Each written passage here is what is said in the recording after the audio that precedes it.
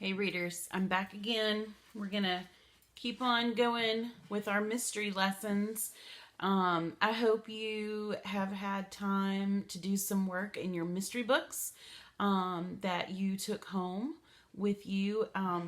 I will tell you, I was on Epic today and found they have a whole big selection of mystery books, but they have a huge selection of the Boxcar Children. And I know a lot of you like those, and I think they're all audio, but that's okay. If you want to listen to them, you can listen to them. They probably had 20 or 30 Boxcar Children books on there. So if you're reading through what you have in your bag, feel free to get on Epic and go through those mystery books. Before we get started, I want to make sure that you have either listened to or read chapter 4 in the A to Z mystery book that we've been reading. I sent a link. It's in your Google Doc. There's a video, and I think I have it where it'll start with chapter 4. You just need to either listen to chapter 4, and then I also included a link on an email that I sent to Mom and Dad tonight, which is Tuesday night.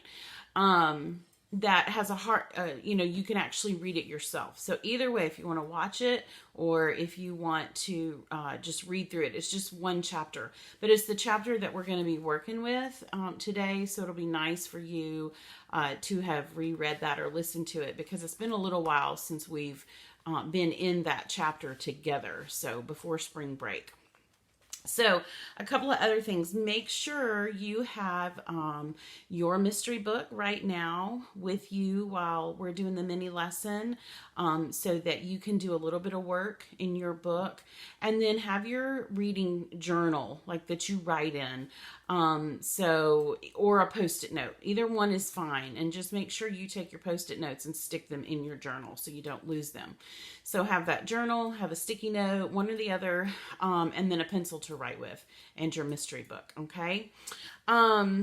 So yesterday we talked a little bit about how sometimes we're reading our stories and they get confusing. And we talked about some strategies, and the strategy we used yesterday was kind of having a co-detective, somebody to work through the story with us, just like Sherlock Holmes has Mr. Watson, or Scooby-Doo has his team of people that work with him to solve a mystery. But today what we're going to talk about is how when we're reading our mystery, and especially if it's a really long mystery or maybe a particularly long chapter, some things we can do to help us make sure that we're keeping up with our information. And so today, what I want to teach you is that if your mystery is super long, I want you to have a strategy to help you remember what you've already read, to help you hold on to your story. And so it really helps when you get to the end of a chapter to ask yourself a couple of questions and to do a little retell of that chapter. And this applies to any kind of book, not just a mystery, but since that's what we're working in right now, that's what we'll talk about. But this strategy can work for anything.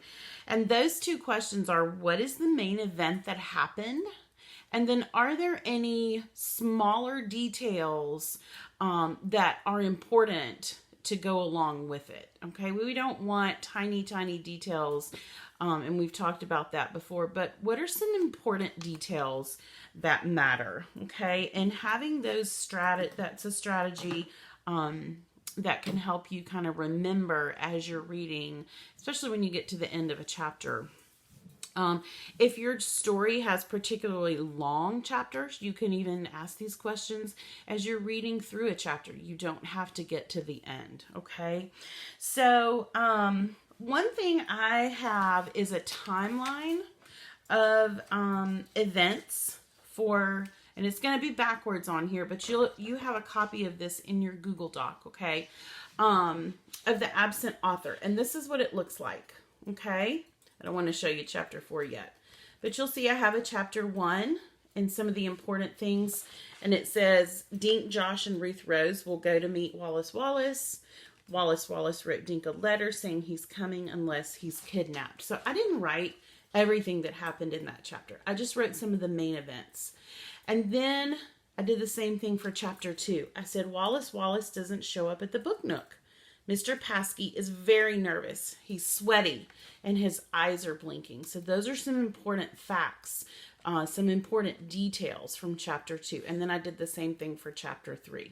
Okay, so have a little timeline. We've talked about keeping timelines and how important that is, especially in a mystery, because there's so much information. Okay, so I want us to work through and do the same thing for chapter 4. Okay, we're going to practice a little bit of retelling with chapter 4 just to see what that looks like. And then I'm going to have you do the same thing with the mystery book that you're reading. Okay, so in a retell, I only want to include the main events that happened. Okay, and I want to add that to my timeline. And so in chapter 4, we read about how Josh and Ruth Rose and Dink, how they go to the diner and they get ice cream. Now, what's not important is what type of ice cream they get. So that's not a detail we need to know. But we just know that they went to go get ice cream. And then after that, they went to meet Maureen Higgins. And that's something that I want to write and add to my timeline. And I just wrote that on a little sticky note. And like I said, it's backwards, but it says chapter 4. It says they ate ice cream and then they met Maureen Higgins. So those are two things that I can add to my timeline right here. Okay. So I have chapter 1, chapter 2, chapter 3, and I'm going to add to chapter 4 right there. Okay. So what I want you to do is, what I want us to do together is think of some other things we can add to this timeline from chapter 4. And that's why it's important that you have read that or listened to it on the link that I sent you. Okay.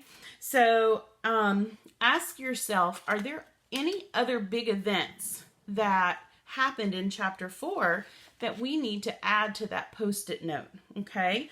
Are there any other details that are a little bit smaller that we could add to our post-it note? Okay. And so at this point, if you want to pause your video and think about that, you can, and jot those down on a post-it note. If you can think of some other events in chapter 4 that were important enough to add to our post-it note. So I'm going to give you just a few seconds to think about that. And then I'll show you how I'm going to add that to my post-it note and stick it to my timeline.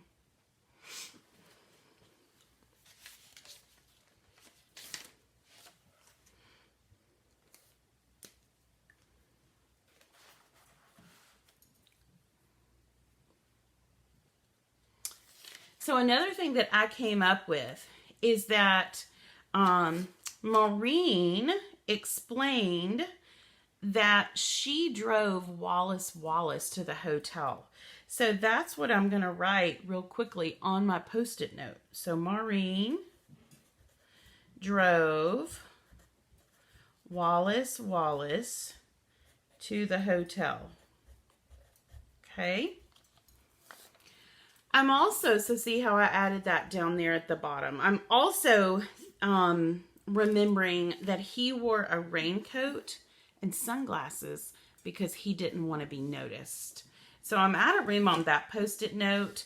And so I could just add that to another clean one and just kind of put those together. But that's another important detail to add to my timeline. Okay.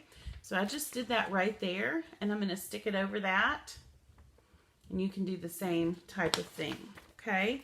This also helps us think about possible solutions to our mystery. Okay. So what I want you to do now is take out your mystery book. Okay. And find a spot. I'm not sure if you're at the start of a new mystery, if you're in the middle, wherever you happen to be. And I want you to start thinking and recording and making a timeline kind of like this. Every time you finish a chapter, think about, and you can just do it on a sticky note. And we've talked about how you can, open up your journal. I don't have a journal with me, but if you have a journal and you can put it on, open it up, okay? And you can make a timeline that goes all the way across the front and the back of a page, okay? And that'll give you some room. And you can just write on a sticky note. And then every time you come to a new chapter, you can add that to it, okay? So the important thing to remember is, what's the big event? What's going on in this chapter? What was really big that happened? And then any important details, okay? So I want you to try and do that on your sticky note, okay? Think about using the characters' names.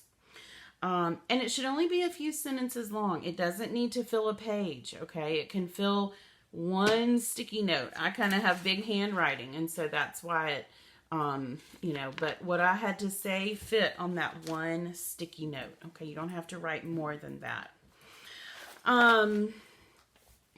So as you read today, think about your retell, okay? And that's a way for us as readers to hold on to that information, especially if our books are a little bit longer, or if there's a lot of information that we're getting, especially in the genre like that we're working in, which is mystery, okay? Think about doing it at the end of a chapter, or like I said, if your brain is just kind of on overload and there's a lot of information you've been given, you can do it before you get to the end of a chapter, okay?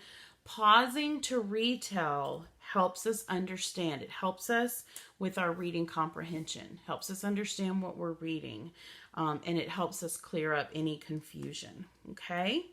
So I'm going to add to our anchor chart, we can pause and do a retell, okay?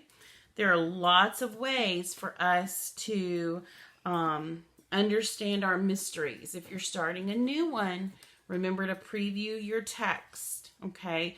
Look through the table of contents, read the blurb on the back, study the picture on the front, try to get an idea of what's going on before you ever start reading, okay?